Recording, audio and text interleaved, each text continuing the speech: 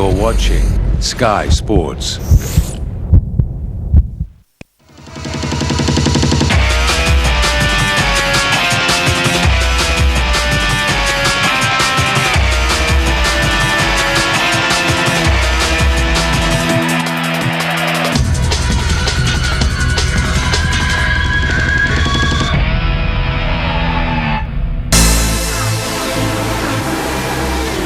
After 2 months of negotiating the twists and turns of the early road and street courses, it's now time for the IndyCar drivers to tackle the high-speed drama that is oval racing as we head to the speedways.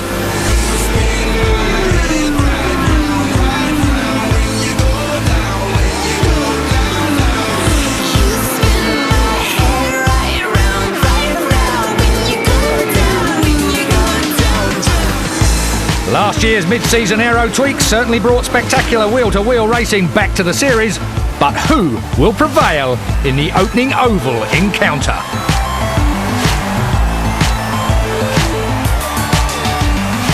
This is round 5 of the 2010 IndyCar Series from the 1.5-mile Kansas International Speedway. Welcome to the highlights of the Roadrunner 300. Despite his relative disappointment with third place at Long Beach last time out, it's still Verizon-sponsored Penske Teamster Will Power in charge of the 2010 series from teammate Helio Castroneves, who's still looking for his first IndyCar title. Ryan Hunter-Reay is a superb third, and best of the Brits so far, Justin Wilson's fourth. Winner in Kansas last year, Scott Dixon can't be separated from target Chip Ganassi teammate and defending champ Dario Franchitti. Today's pole sitter and 7th after 4 races this year is another Penske runner, Ryan Briscoe. 8th is Andretti Autosport's Tony Kanaan. 9th is Rafa Matos. 10th is Britain's 2005 champ Dan Weldon. Vita Mira is 11th, Marco Andretti 12th. Another Brit, Mike Conway, equals Andretti's score but sits 13th. Alex Tagliani, Mario Moraes, best of the ladies, Danica Patrick, EJ Vizo, Hideki Muto and Mario Romancini head the best rookie of the year heading into round 5, Simona Di Silvestro. A blistering average of 212.145 mile an hour over his 4 qualifying laps shot Ryan Briscoe into pole position beside last year's Kansas winner Scott Dixon. Scotland's defending IndyCar champ Dario Franchitti is on row 2 alongside Hideki Muto. Alex Tagliani did a great job to be 5th quickest, joining Vita Mira on row 3. On row 4, 2 Penske cars in envy of their pole-sitting teammates, series leader Will Power and series veteran Helio Castroneves. Row 5 sees Danica Patrick feeling back at home on an oval alongside Britain's Mike Conway. Formula 1 star Takuma Sato is not finding it quite as easy as he might like, but the IndyCar rookie starts a credible 11th alongside Mario Moraes on row 6. On row 7, Rafa Matos has a massively improved Sarah Fisher alongside in her own car, sponsored by Dollar General. In the week that Ireland's Adam Carroll is signed to Andretti Autosport for later rounds, the team's Tony Kanaan will start this one on row 8 with EJ Vizo. Row 9 is John Andretti and Simona Di Silvestro. Row 10, Bertrand, Baguette and Justin Wilson, who heads a bunch of Brits straggling at the back of the grid. On row 11, Jay Howard. Row 12, Alex Lloyd. And former champ Dan Weldon, unluckily for him, on row 13, after originally qualifying 3rd but having his run disallowed for dipping below the white line. So for the first of the ovals this year, let's join Scott Goodyear and Marty Reed. We have mentioned the fact we have 4 ladies in the field. There's Sarah Fisher. And we could potentially, come the month of May at the Speedway, have 5. Anna Beatrice could be a 4th member of Dreyer Reinbold. And look at the international flavor today. Venezuela, Switzerland, the USA represented amongst those 4 talented female drivers. We caught up with Danica Patrick, Vince Welch, just a few moments ago. Vince? Well, this is the first oval of the IZOD IndyCar Series season, but not for Danica Patrick. She's run 4 oval races already, ARCA once and 3 NASCAR events. What, if anything, translates from those races to what you're going to have today? Well, you know, I mean, the cars are completely different, but the fact that I've already done 8 races and half of them being ovals and nobody else has done an oval race yet, at least to what I know anyway, you know, it's just good practice, just staying in the car and being sharp, and, you know, I think we've put the GoDaddy car in a position to do something good today. I hope things work out for us. we're in it to win it, you know? You said that you were looking forward to getting back onto the ovals after the road and street course results. A little more pressure today on the oval to get a strong finish? Well, I definitely feel like this is my place to shine a little bit more. You know, it's always so nerve-wracking going into the oval races because on an oval, the practice is done, but then the race is where you really all the action comes in. And on a road course, all the practice is where it happens, and then the race is just the race, and it's very follow the leader and very much just about maybe saving fuel. So I'm nervous now, but it's no different than any other. Danica Patrick, she'll start 9th today, Marty. All right, thanks, Vince. Here are the numbers for both Danica and Simona. As Danica's best finish was 7th, Simona 16th, although Simona did lead laps at the first race of the year back in Brazil. This, of course, being her first career oval race today. Let's meet the young lady from Switzerland.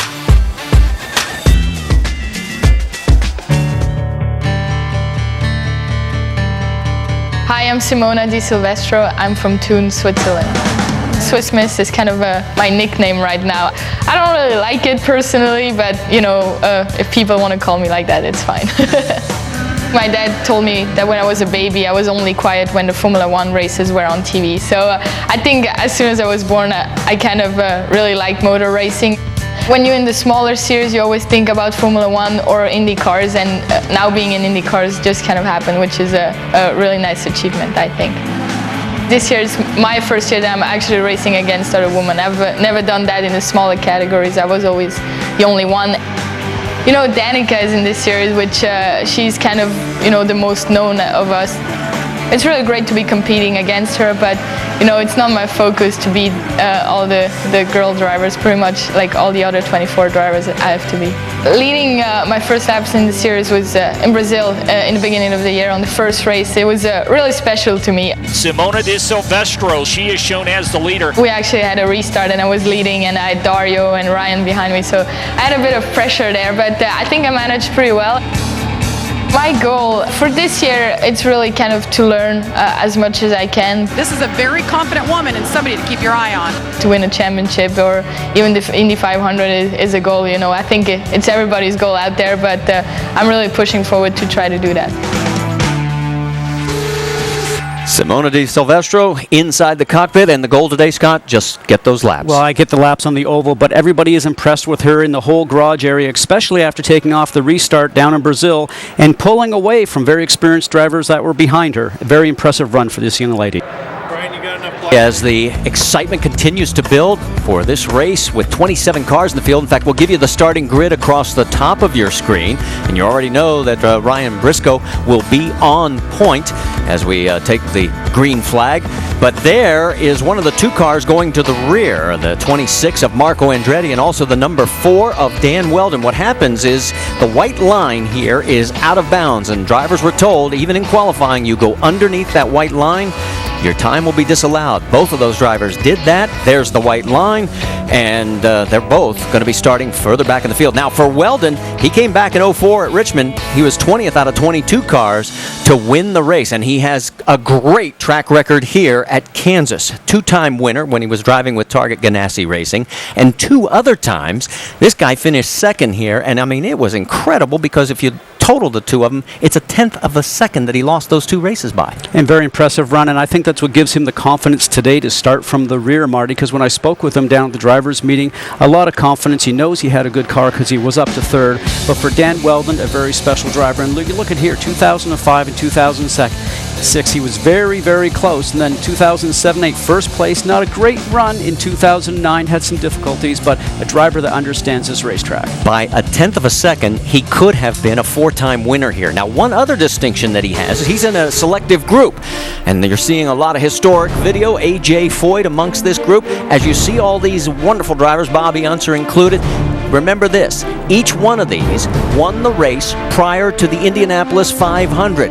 Mario Andretti in that group, as well as we mentioned Dan Weldon, and he was the last to do it back in 2005. Al Unser Jr., of course, in this group, and there is Dan as he was drinking the milk just a few weeks away. Can he do it again today? This is going to be fun to watch him come from the rear. Well, I think the thing for him right now is he's going to team up with Marco Andretti, who was also put to the end, and those guys were talking in the drivers' meeting, and he said, I'm just going to follow you, Dan. Well, a 27-car field is about to get the command to fire engines.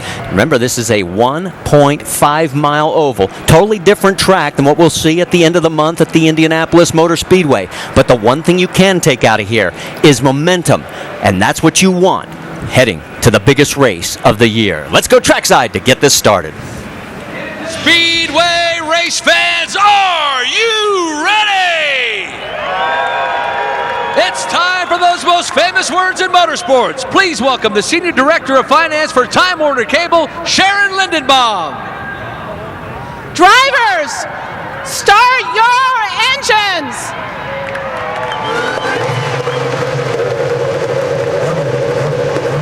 The command has been given. Beginning with row 1. Pit tanks, let me hear you. Control, row 1 hot. Row 2 hot. 3 hot.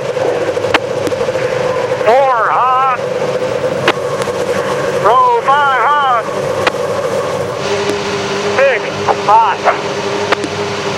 7 hot. 8 hot. 9 hot. 10 hot.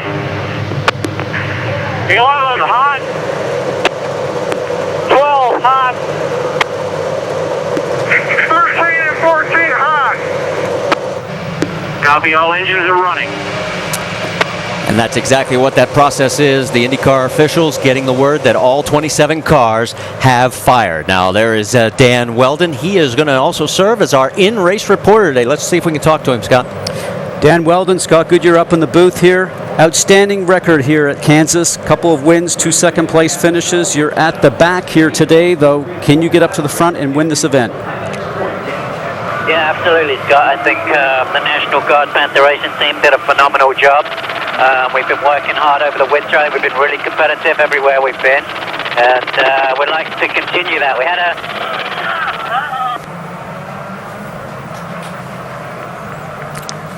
So he's stalled the car. You can see the starter going in the back, Marty, so they'll get him refired, and then he will join back into the group exactly where he is positioned. Remember, he did qualify third, and as you mentioned, he was taken back to the pack because of crossing over the white line in qualifying. Now, this might be something a little bit more. GCU E-mode down. They are recycling the ignition on this, so something has happened. And now he's underway. And as you said, he will be able to Watch these guys in front of you now. get right back into his position. Straight up onto the track. Watch your speed now till you get out there. And we're going to just let him get back up to the group because he's got to get his mind back into the program to get going into turn 1 at 200 miles an hour here very quickly. All right, let's get our final updates from pit lane. Jamie Little, you're up. Well, we've talked a lot about Will Power, and he waited very patiently for an entire year to get this full-time ride with Roger Penske. Well, so far this year, it has paid off. After 4 races, he has 2 wins, 3 poles, and he is the series points leader. But we're on an oval. He doesn't have as much experience here. He told me yesterday, due to his lack of experience, he doesn't see that as an excuse. He feels he has a car capable of winning, and he wants to get the job done today. Vince? Well, this is the first of 4 straight races that'll be run on an oval. A third of the field here today has limited oval experience, and there are 4 drivers that have never driven an IZOD IndyCar Series machine on an oval in a race.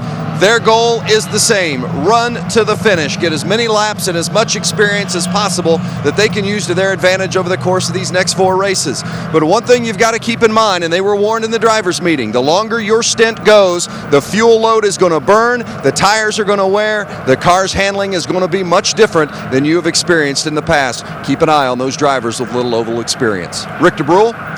Well, another new driver this weekend is definitely no rookie and no stranger to the ovals. John Andretti out here with Richard Petty Motorsports and Andretti Autosport back here because he's going to be running at Indy. This is going to be a warm-up. Where else can you get a guy with this kind of experience? He's won an open wheel. He's won in NASCAR. He's won the 24 Hours of Daytona. So this is a warm-up to get ready for Indy, not just for him, but for the team as well. They pulled all these guys out of the garage. They pulled them out of the works. Now they're going to gel together this weekend, so they're ready for Indy. Marty? And it's always great to have John back in the field. Here are our GoDaddy.com rules of racing. Well, 20 pushes for the drivers to get a push to pass. More horsepower. It lasts 12 seconds in length. Takes 10 seconds for recovery.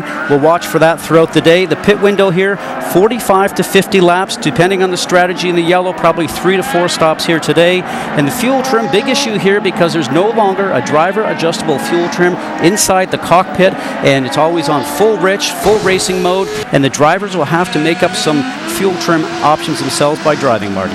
Here are our 6 on board. You already know we have one with Dan Weldon as we talk to him, Danica Patrick, Scott Dixon, Marco Andretti, Ryan Hunter-Reay, and John Andretti. So the field is now forming up as we are on the final warm-up pace lap as they head down the back straightaway. And of course, we'll be keeping our eyes up front on the first few rows, but also keeping tabs on Dan Weldon and Marco Andretti, especially Weldon. As we mentioned, he actually qualified 3rd on time, but got sent to the rear because of the violation over the white line. Coming through turn 3 and 4, pace car pulls off. They come down the front straightaway here at Kansas Speedway, and race number 5 of the 2010 IZOD IndyCar Series is green.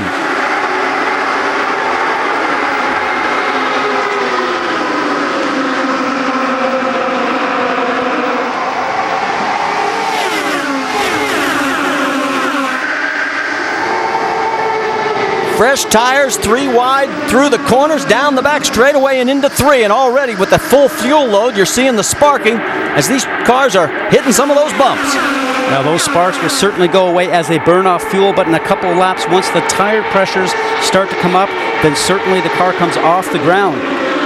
Marco Andretti is on the move. As we mentioned, he was in the back of the field. Right now he's already up to 19th, and we're on board with him here on lap 2. The race leader is Ryan Briscoe, and here he goes outside to Takuma Sato. Elio Castroneves right there coming into your screen and leading this front pack with Vitor Mir right behind him, and then a 3-car wide routine, but they finally sort out. Mike Conway was sort of in the middle of that for a moment. Everybody said, well, cooler minds prevail. Tony Kanaan also in that mix. There you see him in the 711 machine. Now Tony's always one that gets the most out of his car, and we move up to the front here. Now we see the Penske and Ganassi run that's going on, and now for Ryan Briscoe, who was on pole and has the lead, and was certainly a disappointment, I think, for the Ganassi team, Marty, because they thought they would have a shot at qualifying on pole here and taking the points that go along with that. That's a Hideki Muto right there in the 06, the 24 of Mike Conway. That is for position. As these two side by side with Tony Kanaan now sneaking up into this mix. It is still Briscoe, Dixon, and Franchitti, your top 3. And while all these guys are side by side, it's allowing that first group to pull away. And Mike Conway just still working to try to get past Hideki Muto. Now Conway sometimes doesn't have the most amount of patience. I'm sure his spotter right now is telling him, patience, patience, patience. It's a long race. You're wheel to wheel, 210 miles an hour. There's no room for error here. Now you see the numbers in the battle for 6th right now, and you get a wider view here on the track as the logjam really is further back. There's Elio Castroneves and Vitor Mir. They're still going after each other, hammer and tong. Battle for 4th. And now Vitor pulls behind. Well, not for long. Well, as a race driver, you don't ever want to be behind the car that's in front of you, that's for sure. Right now, you should be getting into a rhythm here, starting just to get a feel for how the car is working. The tire pressures are up, the temps are up, and you're starting to see what kind of a car you have. Remember, since we qualified yesterday, the last time these cars were on track, we have the NASCAR trucks here this weekend, and they are actually been running here this morning, so the track is going to be just a little bit different. And that's a Goodyear rubber instead of Firestone rubber, and so you're right, a few laps to get it worn in. On board with Danica Patrick with Ryan Hunter-Reay, and Ryan has been on the move from the drop. He's up to 14th right now. Danica has dropped back to 13th, and she's about to get dumped to 14th. Well, and speaking to those guys this morning, both TK and Ryan, the drivers meeting, some changes made from the car from where it was yesterday. They had to because did not have very strong cars in qualifying. But Marty, more times than not, if your car's not working in qualifying, you put it in a race scenario, and all of a sudden it starts to work not too bad for you because all the other cars that are on the racetrack make that squirrel pot and sort of help drag you along in the tow. Marco Andretti, who also started back in the back of this field, he too is on the move, as Andretti right now is in 15th position. There's Takuma Sato underneath him.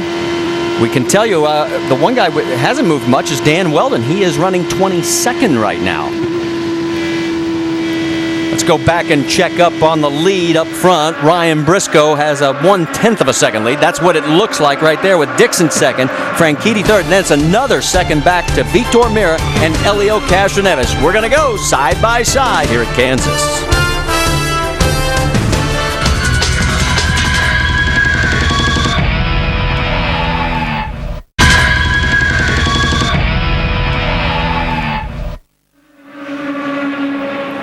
After 15 of 200 laps, Ryan Briscoe has led from the drop of the green flag, and he'd only led 13 laps all season long in the first 4 races.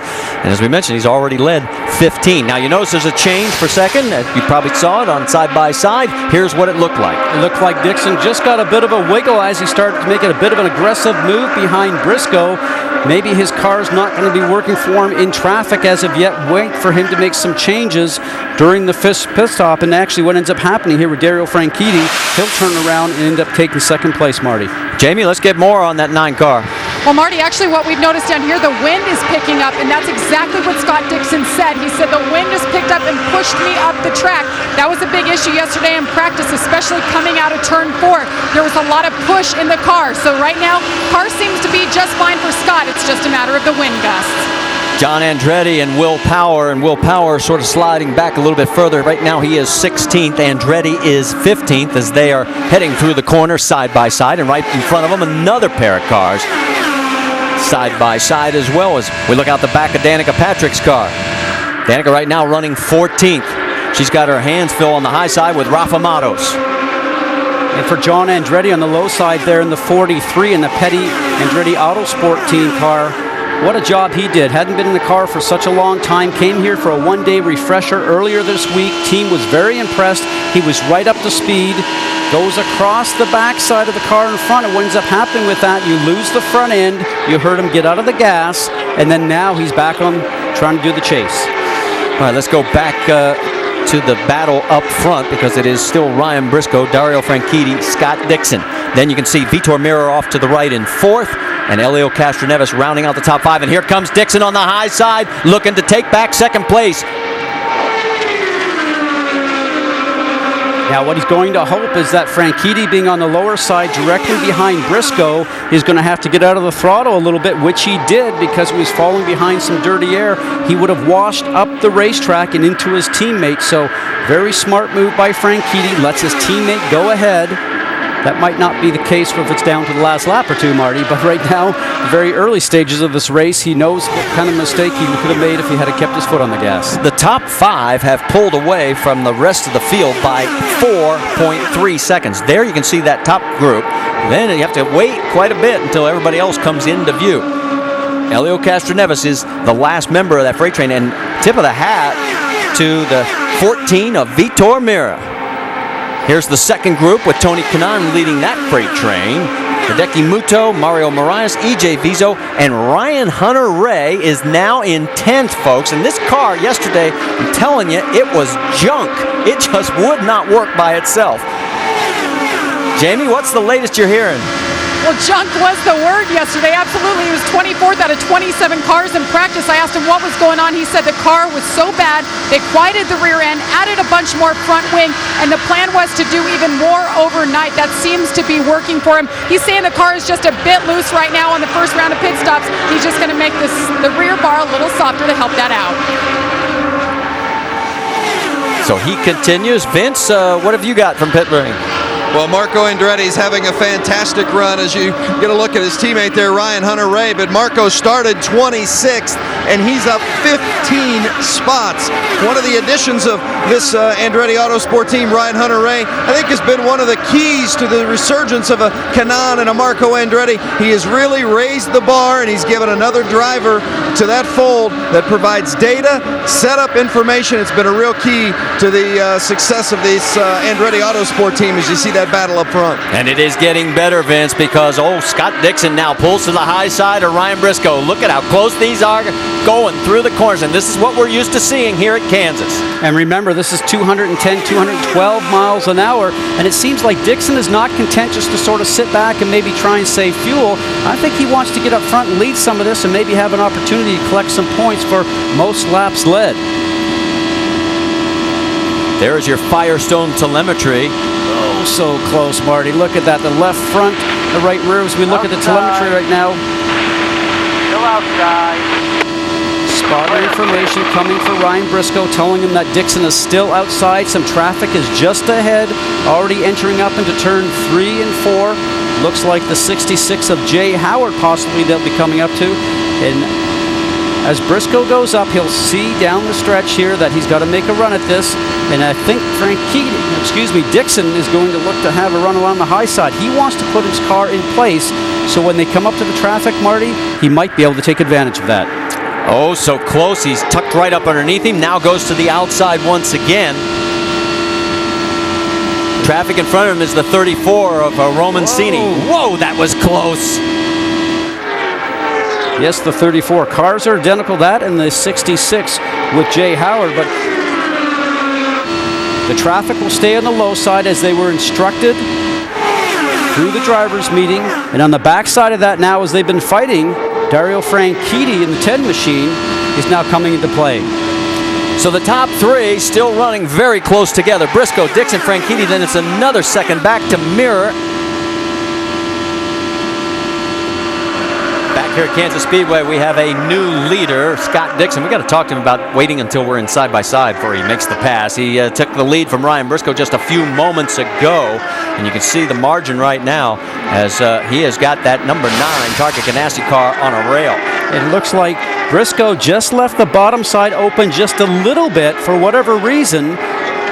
And then for Scott Dixon, he filled it and turned around, came through the front stretch. Now we can see how close they are. Side by side with him. Still there. Still there. Clear, but not by much. Clear by half right now.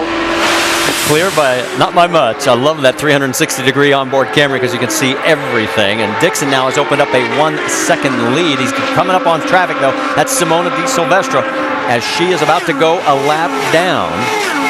As we go a little bit further back into the field, after the top 5 of Briscoe, Franchitti, Mirra, and Castroneves, you got to go another 5 seconds back to Tony Kanaan in 6th, and he's got his hands full with E.J. Vizo closing in on him, and you saw the gap right there. You know, and for Tony Kanaan, he's running very respectable laps. He's just over 209 miles an hour, and the leader right now, Dixon, is running 210, so they certainly have improved those Andretti Autosport cars, and as we're on board now with Danica, we'll just sort of see, watch her steering wheel. Let's see how the car is working for her. Listen to the throttle. Off the throttle. If the car's working well for you, Marty, you should be flat out around here. As we watch the Firestone telemetry, let's just watch the numbers here going into turn 3, 4. Way off, and that looks like a car that she's not very happy with right now, Vince Wells, as she's getting off the throttle a fair amount in the middle of the turn. Interesting, Scott, that Danica told us before the race that she thought she was going to have a car that she was going to like in race conditions. You know, she's working with engineer Eddie Jones, and Eddie Jones has been around this Andretti group for a long time. Very confident that this is a winning combination. Tom Anderson handling her strategy said he really likes the chemistry between Eddie and Danica. Remember, this is one of those races that you got to have your car just right the last 50 laps, not necessarily the first 50. But you don't want to go a lap down, that's for sure. And right now, Danica 13 seconds behind the race lead in 16th position. Let's check in on Dan Weldon, because surprisingly, this was the guy we thought would be slicing and dicing his way to the front. He is in 22nd position. He's the next car to go a lap down. He's 24 seconds back. And very surprised, because he really thought this morning that his car would be able to be up towards the front in a short amount of time. Matter of fact, he thought he'd lead that charge with Andretti behind him, but that's not the case. Vince Welsh, he's just not up to speed. This team had to make a decision, Scott. They had to decide whether they wanted to go with more downforce to get them through the traffic with a stable race car, or less downforce that would allow them to run up front with the leaders once they got to the front. They chose less downforce, and now they're regretting it, because Dan Weldon does not have the race car that can handle in traffic. And as Jamie Little mentioned earlier, the wind gusts have picked up down here. That's been an issue as well. Definitely looking forward to their first pit stop where they can make some changes to make this car better for Dan Weldon. Well, he's in jeopardy of going a lap down. In fact, as we head for side-by-side, he is going to go a lap down, because there goes Scott Dixon.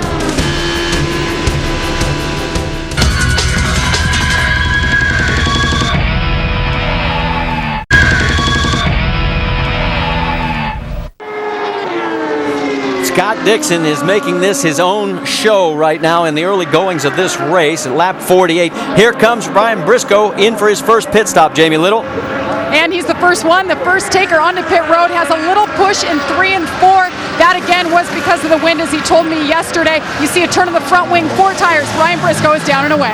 Tony Kanaan also in as well here on lap 49. An 8.3 second stop for TK and other takers as well. The 3-car of Helio Castroneves, you saw on side-by-side, he had gotten around for 4th place. He surrenders that position, and meanwhile, Dixon is still out there logging laps. Rick DeBrule. Yeah, EJ Viso, who started 16th, has moved up to 7th. They do a quick change. He says the car is a better racer than it was a qualifier. And our race leader is coming in, Jamie. And Scott Dixon says he needs more security in the rear. He's going to take 4 tires, make an air pressure adjustment to try to tighten up that rear end, give him more stability. But he also said that right as he was making. You see the crew cam right there, right front, putting on those Firestone Firehawks for who was your leader, Scott Dixon, down and away, clean stop. Right now, Dario Franchitti is shown as the race leader, as he has yet to make his first stop, but we expect him any moment now. And your pit window, there he is, as Franchitti comes down pit lane. So the cycle continues here under green flag. Will Power in as well. We have been told he is having some radio communication problems, as they are still putting the full fuel load on our current points leader in the IZOD IndyCar Series. I think that car looks like it's actually not parked in the correct spot in the pit box, because they were stretching that fuel cord. And he is still there, and you can see now he finally gets out. And that is going to be very costly for the number 12 of Will Power. Yeah, it just looked like it was a bit too far away from the wall. Maybe he missed his marks because the fuel was extended. It was actually into the Buckeye, but it certainly looked like they had problems actually getting the fuel into the car.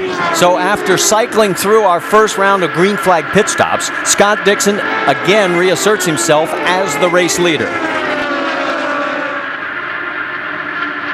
We can tell you 3 cars got various violations during that first round of green flag pit stops. The 8 of EJ Viso, the 36 of Bertrand Baguette, and the 66 of Jay Howard. And Viso, at the point where he got his penalty, had come out of the mix in 5th. Will Power, with that extended stop, ends up dropping all the way back to 17th, as he is now a lap down. There you see him right behind Mike Conway, who's also a lap down. Only 14 cars on the lead lap right now. Jamie Little? Well, I just want to update what happened with Will Power. You know, we've been talking about this guy so far this season. This was the first pit stop he's had on an oval in a long time, and what happened is he overshot his pit box. We'll watch the replay here and see exactly. You see he's a little too far up. His nose is actually over that white line. Now you see the fuel hose up to the left. It was stretched so long, they had a hard time actually inserting it into the car, and that cost him, guys. He went a lap down. So, mistake by just a few inches costs you an awful lot out on the racetrack, and Will Power will now have to try and fight his way back from the 17th. Now, we mentioned it very briefly at the top of the broadcast. There is now an oval champion and a road course champion to be decided this year, as well as the overall champion. And Will Power, of course, could be the favorite for that road course championship, considering what we've seen so far. I think so, and he absolutely understands that, and he was very excited about having the possibility of winning that championship within a championship. But make no mistake about it, all the drivers out there are after the overall IZOD IndyCar Championship this season. So as Will Power continues one lap down in 17th, there is your race leader, Scott Dixon, and he has now opened up a 6-second lead. Scott, I mean, right now he is turning laps much, much quicker than everybody else. Consistently in the 2:10 range and not having any problem at doing that. And I think the other guys are having problems around traffic a little bit. He got through traffic once he had that little bobble with his car, Marty, and then at this point now, he's got clear sailing up ahead of him. You saw the gap to second place, Dario Franchitti. Then in third is that man right there, Ryan Briscoe. Behind him is teammate from Team Penske, Elio Castroneves. And then you're going to have to drop even further back, almost about 5 seconds to be exact, to catch fifth place, Vitor Meira. And that rounds out your top 5 here at Kansas. Now, we mentioned the fact that these guys have the push to pass. It gives you 12 seconds of extra horsepower. And Elio Castroneves just used his, we can tell you. He now has 18 left. The top 3 cars have only used it once. You get a total of 20. There's Milka Duno right in front there as she is a lap down.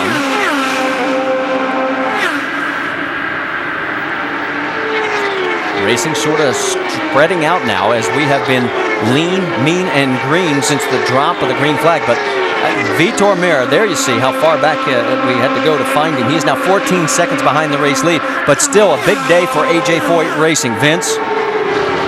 Indeed, and it's interesting because A.J. Foyt is actually not here. He's at the Kentucky Derby, one of those rare instances where A.J. doesn't make it to a race, and he made that phone call earlier today to see how things were going, and the guys were very happy to tell A.J. that things were going just fine without him. I think A.J. took that in stride. Certainly happy the way that Vitor is running, and they did not make many changes. They just made a half a turn of front wing to give Vitor a little more flexibility in his in-cockpit changes as you see that 9th place battle on your screen. Yeah, it was 9th place with Mario Mirage in the 32. Hideki Muto right there is under attack from Takuma Sato, and Sato in 11th. This is his first time ever in an oval race. And he had his finger on the push to pass there to try to make a move past Hideki Muto, but did not get it done. He's going to learn as he gets more experience on the oval to time it correctly.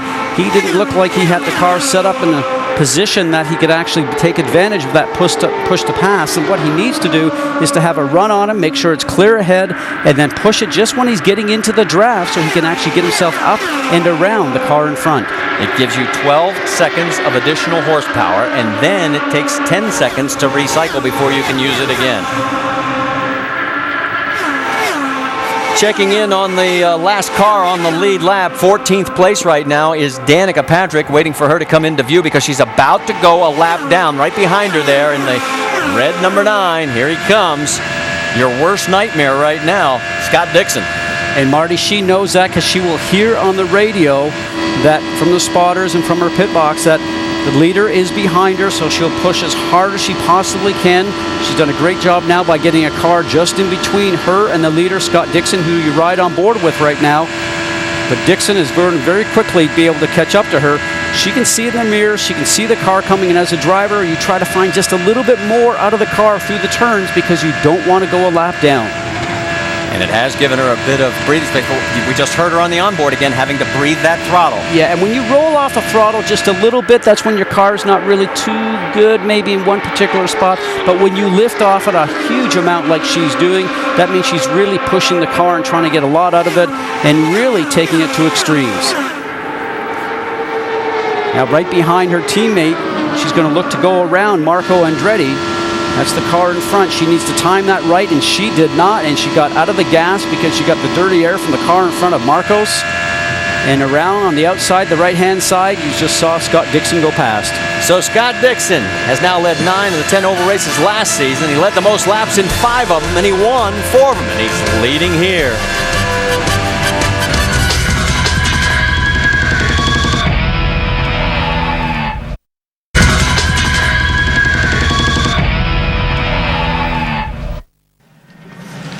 We are under our first caution here. It came out on lap number 73. E.J. Vizo got loose, slid up towards the wall, and unfortunately touched it. You see the car on the top of the screen, just a little bit too high, not down in the black section where all the rubber is. The car starts to walk itself up, and when you feel the car start to move like that, you can't turn the steering wheel very much. You can't get off the gas. You can't touch the brakes. You're just along for the ride. You can see as it starts to enter up into the gray, you can see the dust start to come off, and then you are sucked just up into the wall, and so he is out of the event. Suspension on the right front, as you can see, is bent badly, and the damage there. So how many cars do you think take advantage of the pit stop? Because it hasn't been that long ago since we did pit. Well, we've got about 26, so I would think that anytime there's a yellow here in the oval, I think you got to bring it in and you got to take advantage of it because you're going to go down a lap. So we'll wait to see what the leader does, and as a driver that's behind the leader, then you turn around and you make the follow, and that's what's going on. And the tough break for Marco Andretti. He's going to have to stay out. He was the last one just past to go a lap down. We have 12 cars on the lead lap, and they're pulling into pit road. Check out our Apex Brazil triple pits. Jamie? Well, it was such a short stint. The cars didn't really change. I know that leader Scott Dixon said his car is better. They made an air pressure adjustment on the first round, said he was better. In the middle, Dario Franchitti getting fresh tires, filling it up with fuel. No changes for him. Ryan Briscoe was your pole sitter. No changes for him. 4 tires all down and away. Looks to be all cleared, clean stops. Marty? All right, thank you, Jamie. As we see our race off pit road, Scott Dixon, Dario Franchitti come out where they went in. Elio Castroneves picks up 1, Ryan Briscoe drops 1, and boy, 4 picked up by Ryan Hunter-Reay, up to 6. How about that? Going side by side.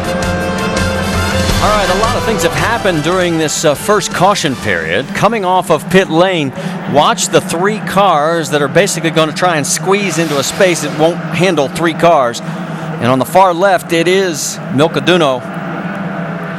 And keep an eye on right here, Takuma Sato, the sandwich in that meet. And she should understand there's a car beside her. She has to look in her mirrors, and also the spotter should be telling her what's going on. And so for Dan Weldon right now, very lucky for him, he did not get taken out in this also. And I got to believe there's going to be some adjustments made in those front steering tie rods possibly when you get a bump like that. And then this is what happened with Ryan Briscoe. He's only got 3 wheels. What happened, Jamie? Well, they definitely had a miscue, and they thought they had some damage on their front wing, so they brought him in for the second time, put new tires on it, and made a front wing adjustment. It was kind of unclear. He just brought it in and said he thought he had damage. So Briscoe now comes back out in the 11th position. We only have a total of 16 cars right now on the lead lap. Some of those are those that stayed out, including Marco Andretti, Matos, Will Power, and Mike Conway. And lucky for Briscoe, otherwise if this had been underneath a green, he would have went down a lap. That's right, his race could have been over. Let's check in with Rick DeBrule. He's caught up with EJ Vizo. Yeah, very frustrated, EJ Vizo. You had a great start, started 16th and moved up very quickly. What happened? Well, we were running very fast, and I'm very sorry with the team, with the people that support my career. I just did a mistake. I went a little bit wide and just hit the marbles trying to overtake Matos. Car was amazingly fast. I think that we definitely have a huge potential in ovals, and we need to get better in street and road courses, but it's just one of those things, trying, and very disappointed. You had the drive-through penalty. Were you trying a little too hard to catch up? I was not really trying any harder. I knew it was more than 3/4 of the race left, and I mean, every lap you do over there, every other lap, you start getting, the track gets a lot worse with the marbles, and that was the case. I was overtaking Matos, and I just lost the front and brushed the wall. All right, a frustrated EJ Vizo, hoping for better things at Indy. And they are doing the wave around right now, so those cars that stayed out there will get back on the tail end of the lead now. And we mentioned already, it was Marco Andretti, Rafa Matos, Will Power, and Mike Conway, just in case you missed it. Our green flag run was 73 total laps. The longest here was back in 2007. We went 93 laps before having a caution. And you're saying what's the record for fewest cautions? 2. So it's not uncommon to have very few cautions here at Kansas as we get a little bit closer to the halfway point. Well, we've heard that Scott Dixon right now is very happy with his car. They made an air pressure adjustment, so obviously he believes that's the little small things that he needs done. Be interesting to see if Franchitti, for instance, if they made some changes to hopefully get some more speed out of his car. And then Castroneves and Kanan, both guys that don't seem to get the final couple miles an hour right now. Let's listen in on Dario's team communication. They should probably look at sweeping the high line. There's tons of marbles. You know, and what he's basically saying is reporting back to the pit box, and he's telling his team that there's a lot of rubber on the outside of the racing line. We saw EJ Wiesel get up there. That will go to the Brian Barnhart up in control. Maybe in the next yellow they'll bring out the sweepers and get some of those marbles off. All right, Dixon, Franchitti, Castroneves, Kanaan, Ryan Hunter-Ray, who is using the push to pass on the restart. So is Franchitti. He's tabbed the button, and we're back to green flag racing here at Kansas.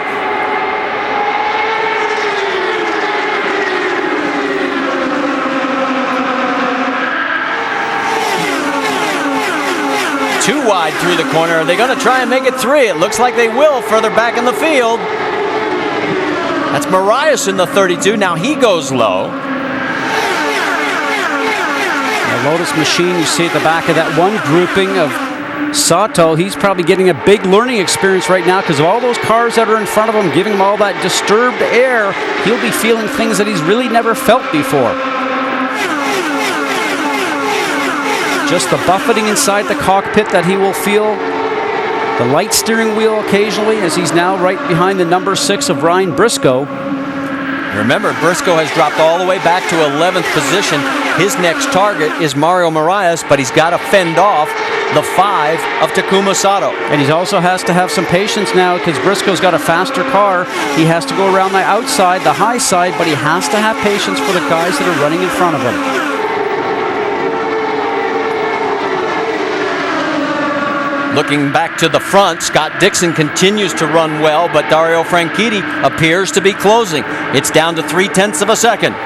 So maybe some changes he made during the pit stop works.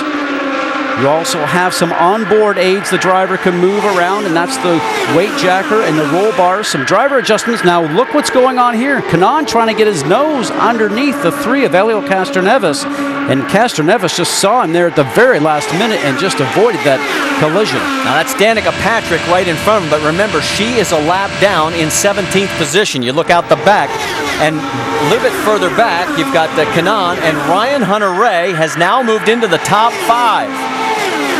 And Kanaan looking to get underneath Castroneves. Here's the view from Ryan's car. As we watch all this, it's settled down for the moment. What do you have, Jamie? Well, Ryan Hunter-Ray's car has just come to life. He started off loose. They came in and made an adjustment on that first round of stops. This last stop, his crew was smoking. They gained him 4 positions. He's going forward. He's a happy camper. Right behind him is Alex Tagliani, who's also looking to make a statement today, Vince Welch.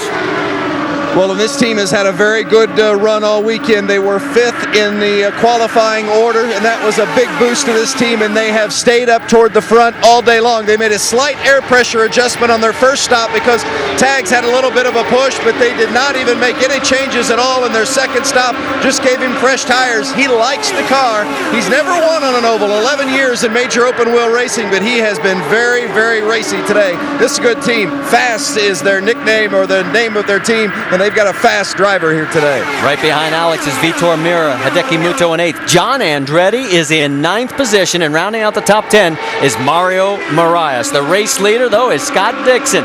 As we're going to go side by side, there you see the top 5. We're 10 laps from halfway.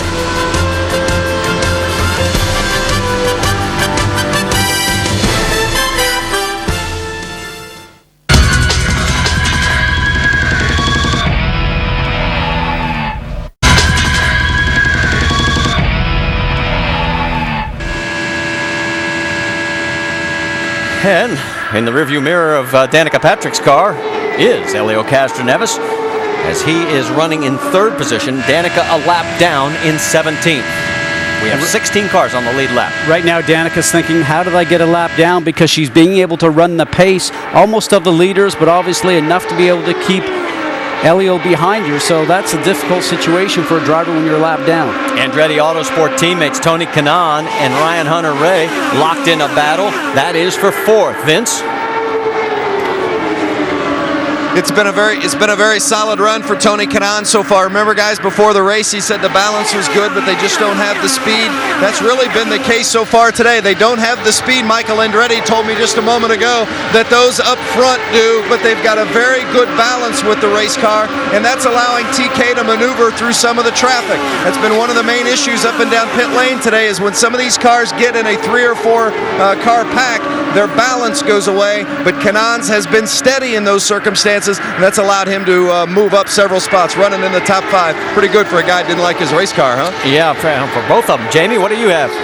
Well, and his teammate Ryan Hunter-Reay, who's right behind him, told me yesterday one of the main factors of his success this year with this brand new team for him is Tony Kanaan. He said the two are working together so well and that their driving styles are very similar. He was able to use his setup yesterday, as you see a battle here.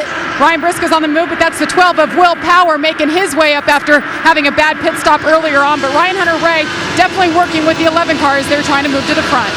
And Will Power 13th right now as we have reached halfway, and we've only had the one caution. Don't mean to jinx anything, but you're on board with Dan Weldon, who we thought would be a real player in this mix, but he's a lap down in 19th right now. Hey, Marty, when they're talking about the balance of the cars from the reports that we're getting from the pit lane, the balance itself, when their car starts to change from the fuel load and the tires start to go away just a little bit, that sometimes means the front starts to wash out on you, or the back end wants to come around just a little bit, and the drivers have those driver aids again inside the car, the weight jacker and also the roll bars, to hopefully combat some of those situations that happen. But sometimes you run out of adjustments and then you just have to drive the car. Vince, you've got more on Weldon's situation? Well, they really dug themselves a hole early on. They did not like that first set of tires. For some reason, it just did not mesh with what the setup was on their car. When they came in on that first stop, they dropped the tire pressure a pound on each of the corners. That's a big adjustment. And Weldon says the car is much better since then, but he's got quite a hole to dig out of now. Yeah, he does. As we mentioned, we are past halfway. Here is Danica Patrick, a lap down right in front of Elio Castroneves, and closing quickly now is Tony Kanaan. And Danica stays on the low line, now drifts up a little bit. Oh, that's not going to make Elio happy. They're side by side. Oh, and she knows that she's a lap down, so obviously she is just trying to keep the strong pace going. But Elio right now is saying, come on, give me a little bit of a break. And he's letting her know just by weaving the car from the one side to the other. She's off the gas because her car doesn't work there. Now, proper etiquette really is maybe just to breathe the car a little bit and let that competitor go by, because you are not in the race right now. They are still side by side through the corner, and Tony Kanaan trying to give a little space there just in case something happens. And again, Elio cannot get the pass done, and she's right in the middle of the track. He looked to go inside, decides to try the high line once again. The guy that's looking right now, lurking in the back, is Kanaan, and he seemed to be able to stretch away from Ryan Hunter-Reay, who has since been passed by Tagliani. On the left of your screen, Marco Andretti has pulled into pit lane, so he's getting fresh Firestones. And again, on the right side, Elio cannot get the job done. What he needs to do is when she has a problem keeping the car on the bottom of the track, to have enough of a run going around the outside of her to hold her down when she comes out of the turn so her speed is slow. Looks like he might have got that done that time. She seems to be able to go down the straight just a little bit better than Elio. Could be a different downforce level on the cars. They're both running 26.4 second laps. Rick, you've got more? It has not been for a lack of effort that Danica is back there. In fact, when she came in after her first stint, they took the tires off. The right rear was actually down to the cords. Setup was that far off. She was working it too hard. They put it back on, sent her back out. It's been frustrating, though, and you can see, though, she's not giving up. She's working those tires. Well, the problem is, though, even if she can hold off Castroneves, there's two guys in front of Castroneves that before she can even get back on the lead lap, all of a sudden Will Power now comes in for his second round of pit stops. The action continues with Elio trying to get past Danica Patrick. This is when he cuts beside her. He's got to hold her down so she doesn't start to walk up the racetrack a little bit. Jamie Little? Well, you see Will Power in there. They're telling him to reset the fuel. 4 tires reminded him to back it up in his pit box. His car was just not handling right. They felt like they had nothing to lose just to come in and pit under green. much better pit stop, and you can see now that Danica Patrick has surrendered, and Elio Castroneves and Tony Kanaan have gotten past, and now she's got other traffic behind her as well. So your race leader is Scott Dixon by 1.5 seconds. Danica Patrick brings change tires, minor air adjustment pressure on the left front, but other than that, they've sent her back out. So Danica, the first car, 1 lap down when she came in 17th position, will now come back out into the battle as we have passed halfway, completed 115 laps, and with 85 to go, there is your race leader coming out of 4, heading for the tri-oval, with Scott Dixon now leading Dario Franchitti by 2 seconds, Elio Castroneves 3rd, and then Tony Kanaan, Alex Tagliani 5th, Hideki Muto 6th, Ryan Briscoe 7th, Ryan Hunter-Reay has dropped back to 8th. And as you look at our Firestone lap leaders, Team Target Ganassi has now totaled more laps led in this one race than they had the first 4. So a big rebound today for the team in red, and we should say blue. And probably very happy to obviously be back on an oval, but in this last run that we've seen since the last pit stops, when we first came out, we had Franchitti running the same pace as Scott Dixon, but as the run has gone on, obviously Dixon's car has stayed the same and Franchitti's car is starting to back up a little bit, so we'll watch that. That might play out here at the very end of the race after pit stops towards the run for the checkered flag. Well, things have settled down and no active passing going on, so let's go up to speed. First up is Jamie Little.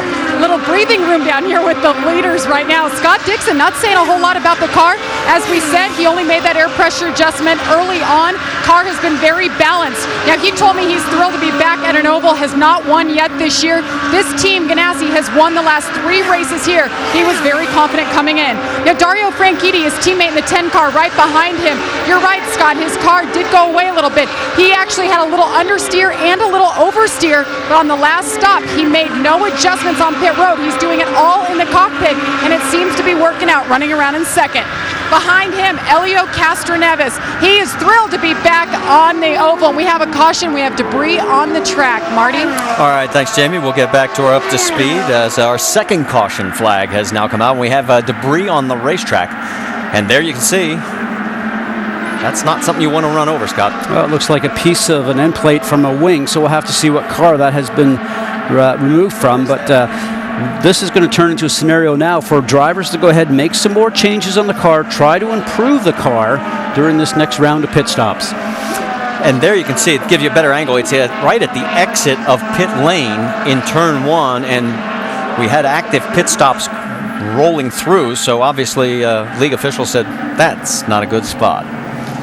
So that lead that Scott Dixon had evaporates again, but right now you've got to believe he's feeling pretty confident. He certainly has a strong car over the full fuel run. What Franchitti's going to try and do now, I'm sure he's been speaking with his team, telling them what's going on. They can see what's happening with the race car through the telemetry system. They'll be coming up with some changes to making the car here now to hopefully improve it so he can be more competitive over the duration of that run. Scott, remember when Dario Franchitti on the radio mentioned that we need to get the top line swept? Well, look at what's out on the track. So race car officials or Indy Racing League officials are going to sweep the track and try and get the marbles off of that high line, which should benefit some guys who can run up a little higher and make the racing a little closer. Well, certainly even on the starts itself and on the restart especially, you're going to see guys going 2 or 3 wide, and that's why they're asking for that situation to be cleaned up.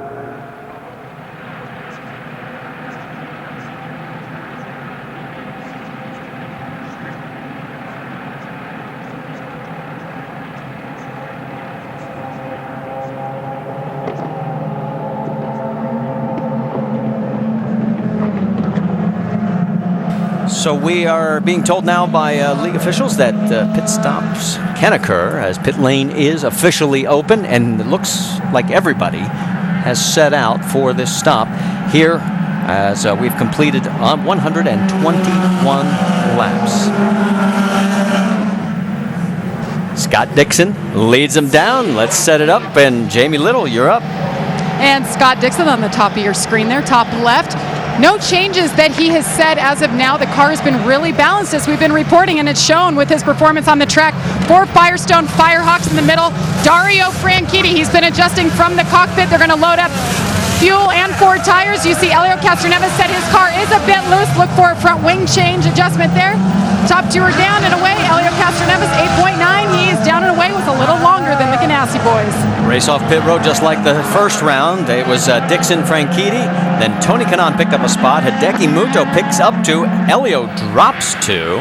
And there you can see Tagliani drops 1. Ryan Hunter-Reay picks up 1. And Takuma Sato back into 10th with 2 gained. Let's go back and show you the stop as what it looks like from the right front tire changer. No problems here. The tire comes off, it goes on, and he watches his mechanic on the right front. As soon as he says it's time to go, off you are. And that was Ricky Davis giving us the view. And there's Ricky with the camera right on top of his helmet. Thanks, Ricky. It was fun to watch as the pit stops have concluded here at Kansas.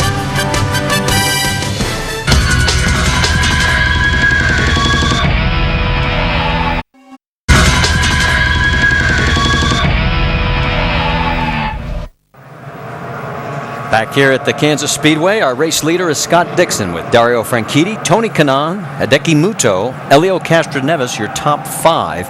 And then, with only 12 cars on the lead lap, let's go on through the entire group. Alex Tagliani, Ryan Hunter-Reay 7th, Ryan Briscoe, John Andretti in 9th, Takuma Sato 10th, then Vitor Meira and Mario Moraes. So that resets all the cars that are on the lead lap. But have to tell you, folks, 92 of these laps so far have been led by Scott Dixon, and he definitely looks, Scott Goodyear, to have the dominant car. Well, the dominant car, and you look at it, he's only had 1 use of the overtake pass button, so that tells you how impressive his car is working for him.